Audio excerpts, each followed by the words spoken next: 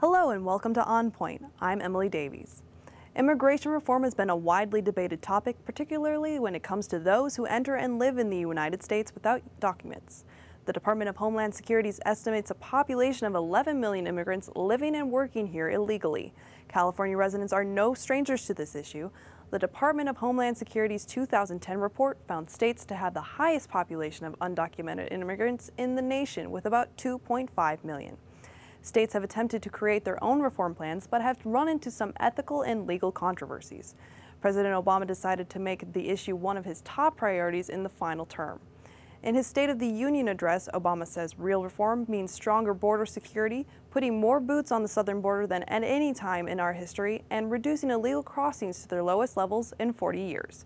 He adds that real reform means establishing a responsible pathway to earn citizenship, including passing a background check, paying taxes and a meaningful penalty, learning English, and going to the back of the line behind the folks trying to come here legally. However, his plans have been repeatedly rejected by lawmakers. The main conflicting issues between the president and Congress are border enforcement, a path to becoming a citizen, and family reunification. Recently, a bipartisan group of 8 senators presented an overhaul of current immigration laws that included a path to citizenship. Under the bill, immigrants would be required to file with Homeland Security, pay income tax for time lived here, maintain a clean legal record, and forego any federal benefits. This would give them probationary legal status and put them on a waiting list for full citizenship. We spoke with media director of the nonprofit Federation for American Immigration Reform, Ira Mehlman, over the phone about immigration reform in general. He says FAIR believes immigration policy should focus on American citizens first. When you talk about immigration reform, it ought to begin from the premise that the American public is the primary constituency for immigration policy, and we ought to implement laws in a way that best carry out those interests of the American people. We need to recognize the impact that it has on jobs in this country, on people seeking higher wages in this country, on the tax dollars that people have to pay to provide services to people once they come to the United States, the impact that it has on vital social institutions like schools and healthcare facilities. Those are the sorts of things that we believe need to be looked at. The DREAM Act is one proposed legislation meant to help with the undocumented immigration issue. It would put all undocumented children who came here before the age of 16 on a pathway to citizenship. On Point reporter Tommy Fuller spoke with one hopeful student looking to benefit from the DREAM Act. Maribel Serrano has gained national attention for her documentary Drill, standing for Dreams Are Real, where she recounts her experiences growing up in America as an undocumented immigrant from Mexico. My parents brought me to the U.S. when I was 4 years old, so at that point I don't know what a country is, I don't know what immigration is, none of that.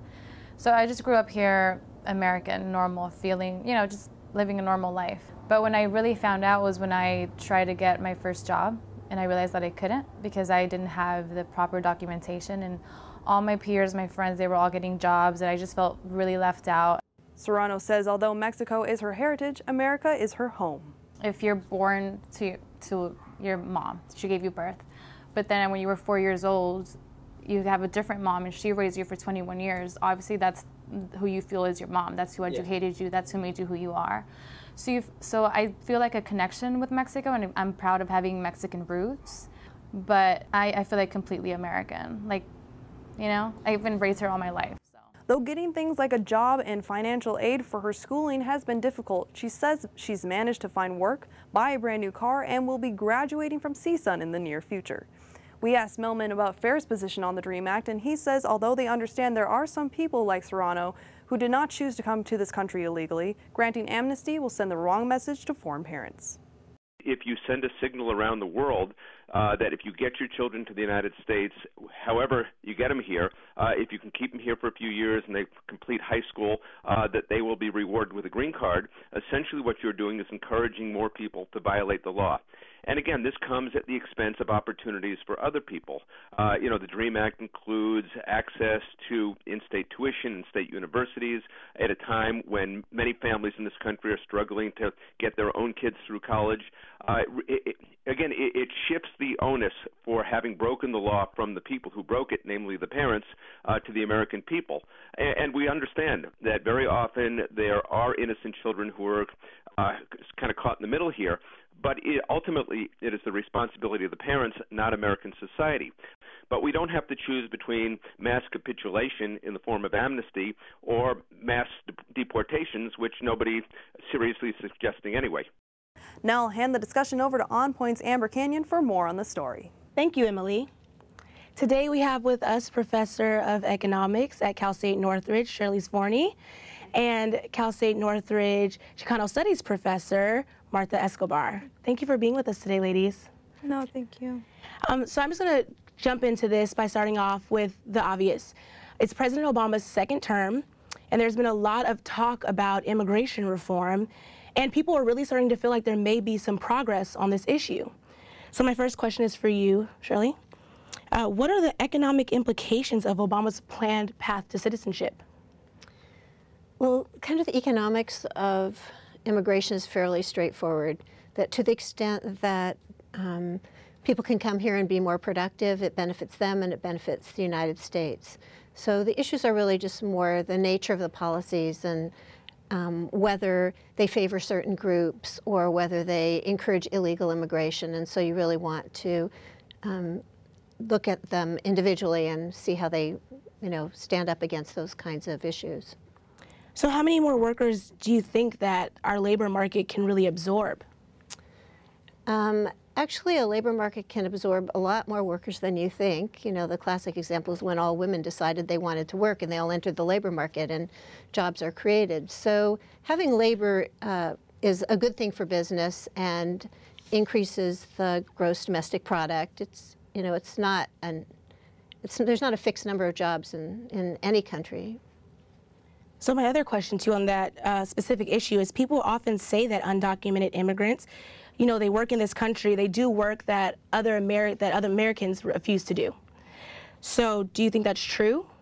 Well, certainly to the extent that having the workers here makes it so that those jobs don't pay as much as American workers can earn elsewhere.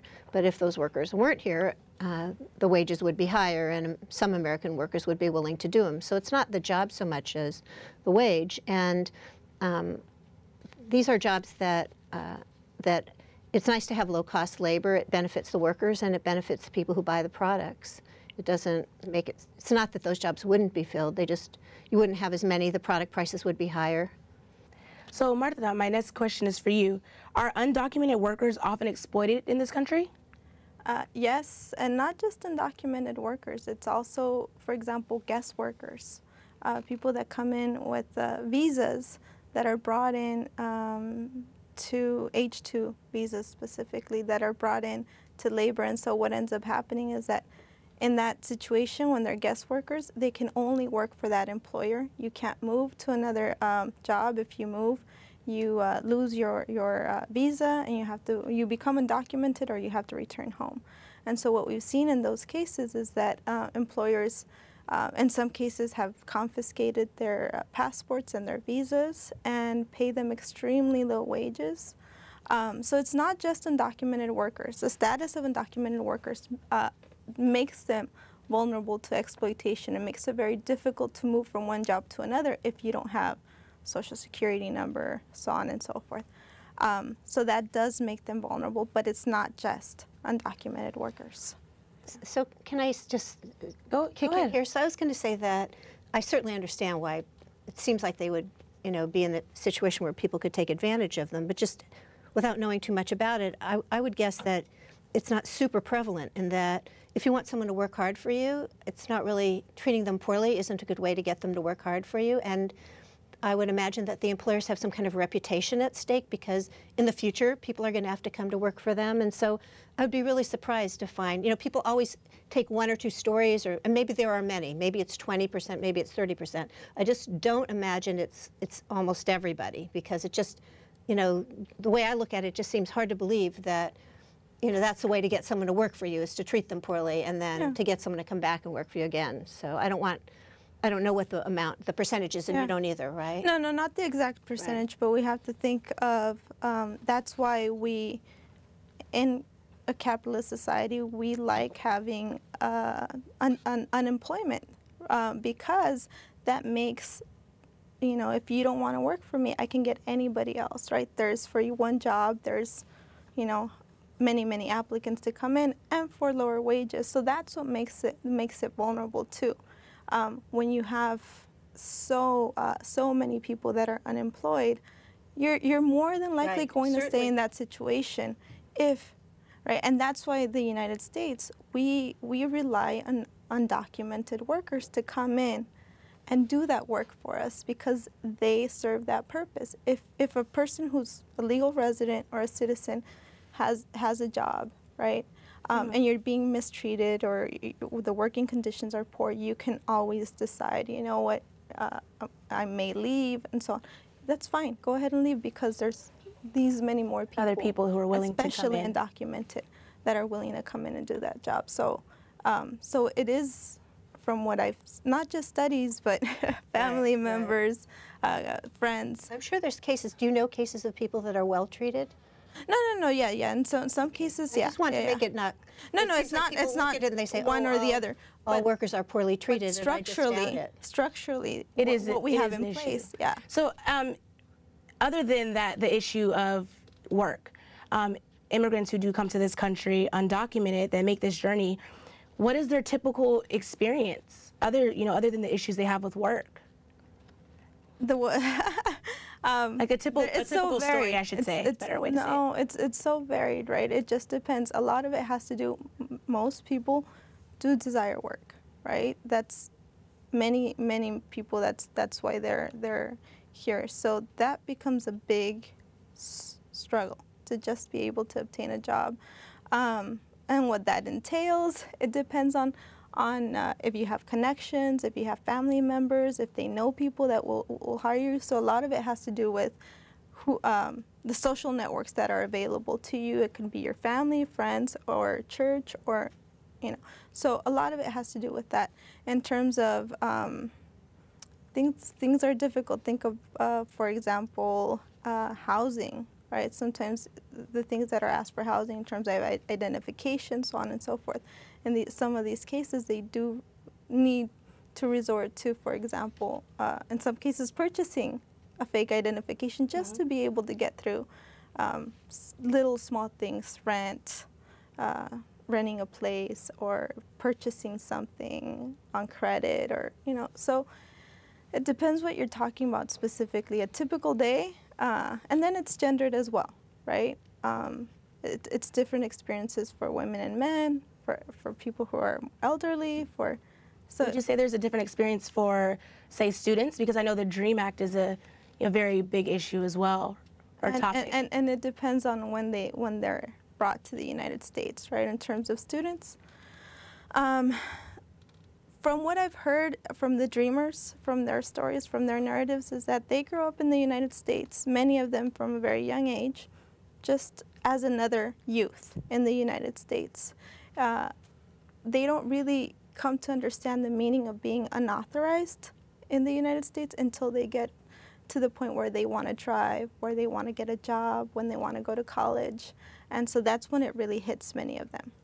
Unless their family members are being affected, such as being deported, having their parents deported, then they're really dealing with it very earlier on, right? So it depends, but when it hits a lot of them is when they're having to engage in these legal transactions, right? That they realize they're very limited in what they can do. So when listening to it, it seems like the DREAM Act would be the very compassionate path to take for the country. So what would you say to convince Americans who don't know, dreamers, or really know the struggle, that the DREAM Act is the right thing for the country? I'm very critical of the DREAM Act, actually, extremely critical, because the way that we're representing ourselves in terms of immigrant communities is trying to show ourselves as deserving of membership in the United States. We try to show that we pay taxes, that we don't engage in criminality, the dreamers, that they go to school, and so what that misses is the structural inequalities. That, for example, with Chicanos, we have an over 50% push-out rate in high schools. Most of us don't graduate, right? Many of those are dreamers as well, right? And so this narrative of we're deserving, we should be allowed to become members of society doesn't take into account what about the students that weren't able to make it, and not necessarily because they just didn't work hard, but because they didn't identify with the material, because they They lacked support from their educational system, and so I'm very critical to push that narrative of deserving, and I'm more interested. Let's look at the structural issues, right? Let's look at the labor market. Let's look at our foreign policy and how our foreign policy shapes migration patterns. Free trade agreements that are meant theoretically to make living conditions in these other countries, for example, Mexico with the North American Free Trade Agreement in 1994, that was theoretically meant to create better jobs in Mexico for Mexicans. And what we saw is over 1 million farm workers displaced from their homes and having to migrate just to be able to feed their families. So we have to think more critically of this larger picture that leads to migration. So I'm very critical of the DREAM Act and saying that this is a response. What I'm saying is let's take a seat back and actually understand the structural issues that lead people to not be able to be home. That should be a human right shift for me. You should be able to migrate to be able to sustain yourself, but you should also have the right to stay home and sustain your families. And how is it that our policies are not allowing for that? Well, I know a lot of times the issue of the economy always comes up. So, Shirley, what would you say is the biggest cost to American society of immigration? Well, immigration is a benefit. There can be costs if there are social programs, but most immigrants don't come here to take advantage of social programs.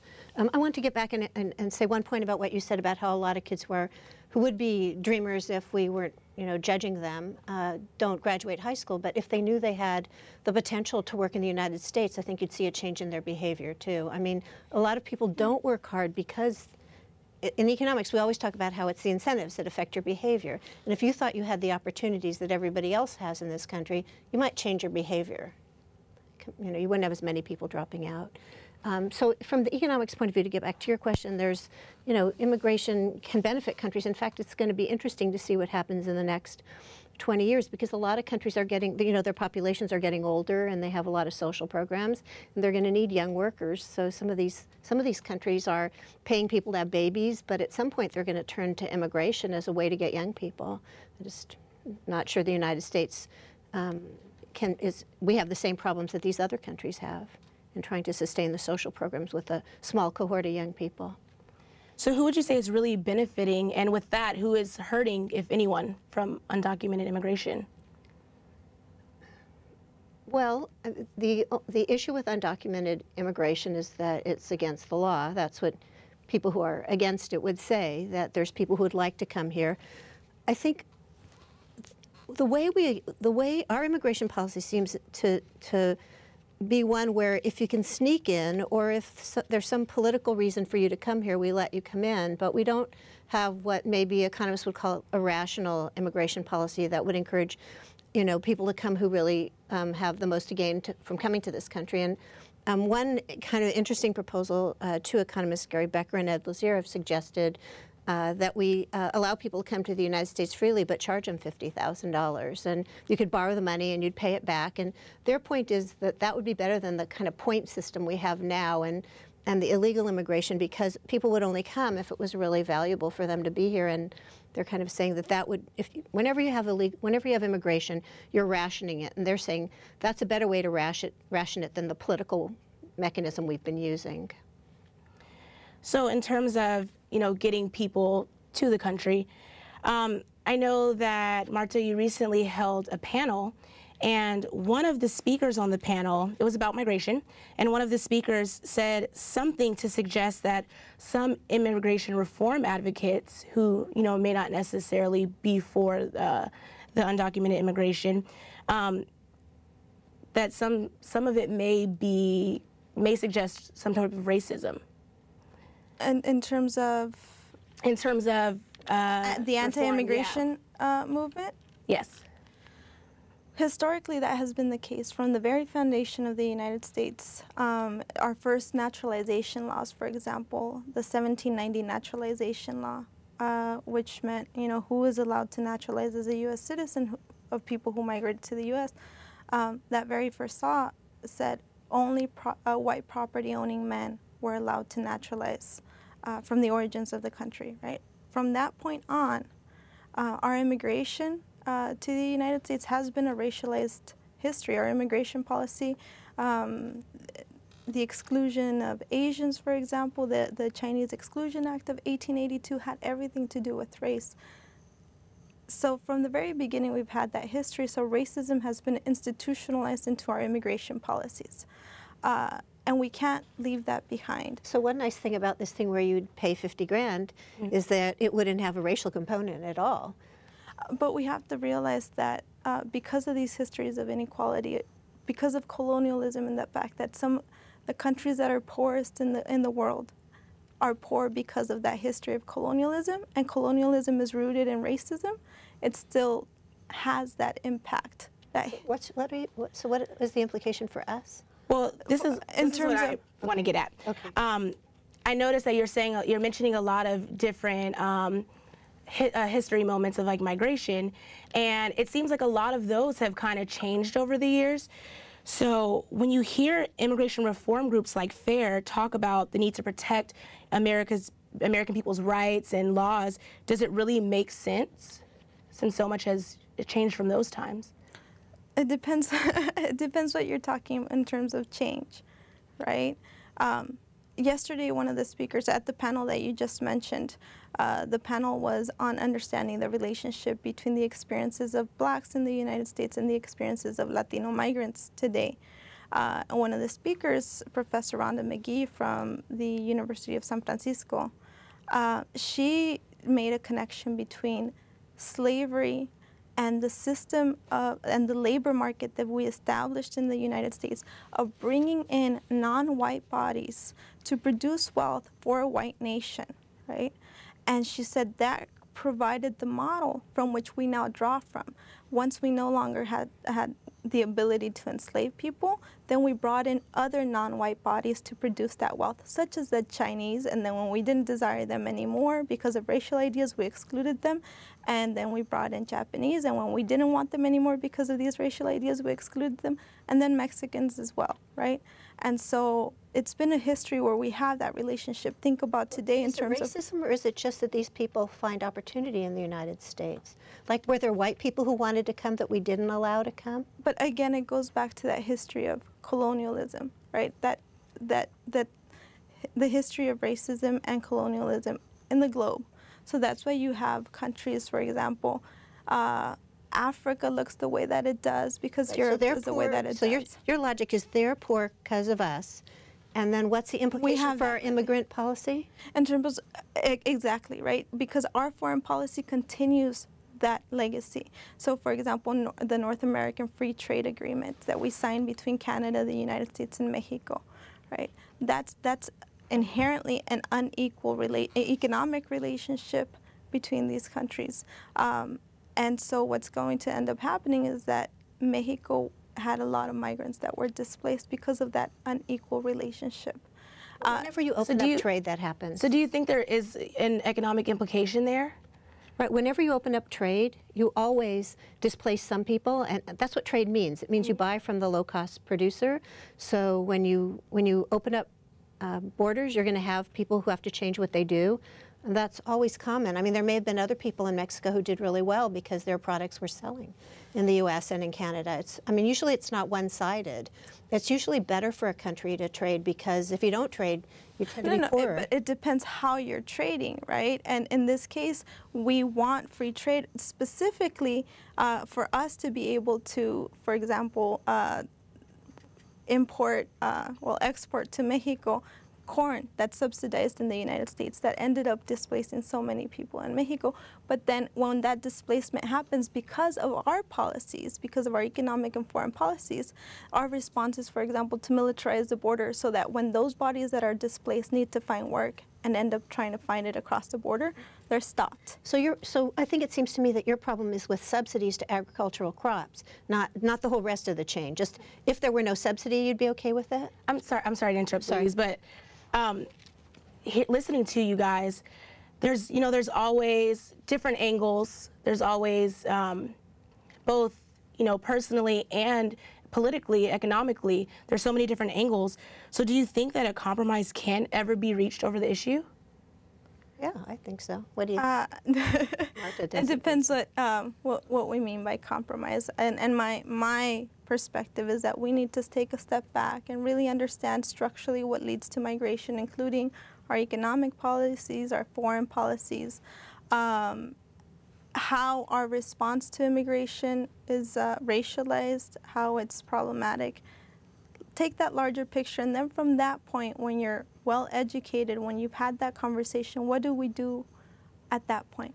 Because right now it comes down to numbers, and these are more than numbers. These are human beings. Well, what would you like to do? Like, let's say everyone was that conversation. But let's say everyone knew everything that you know, right? Because you know all this, and we don't. What would you then want to do?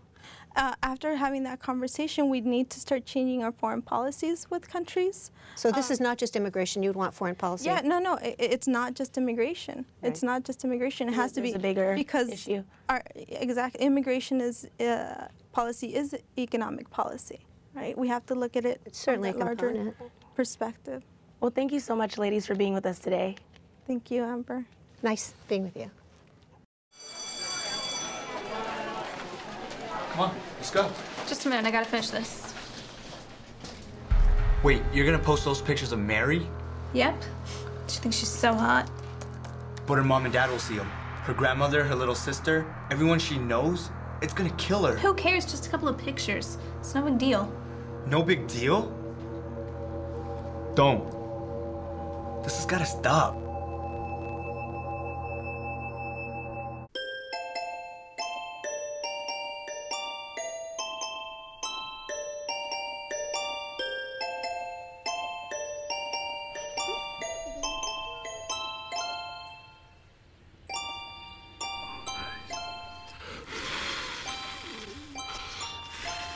The smallest moments can have the biggest impact on a child's life.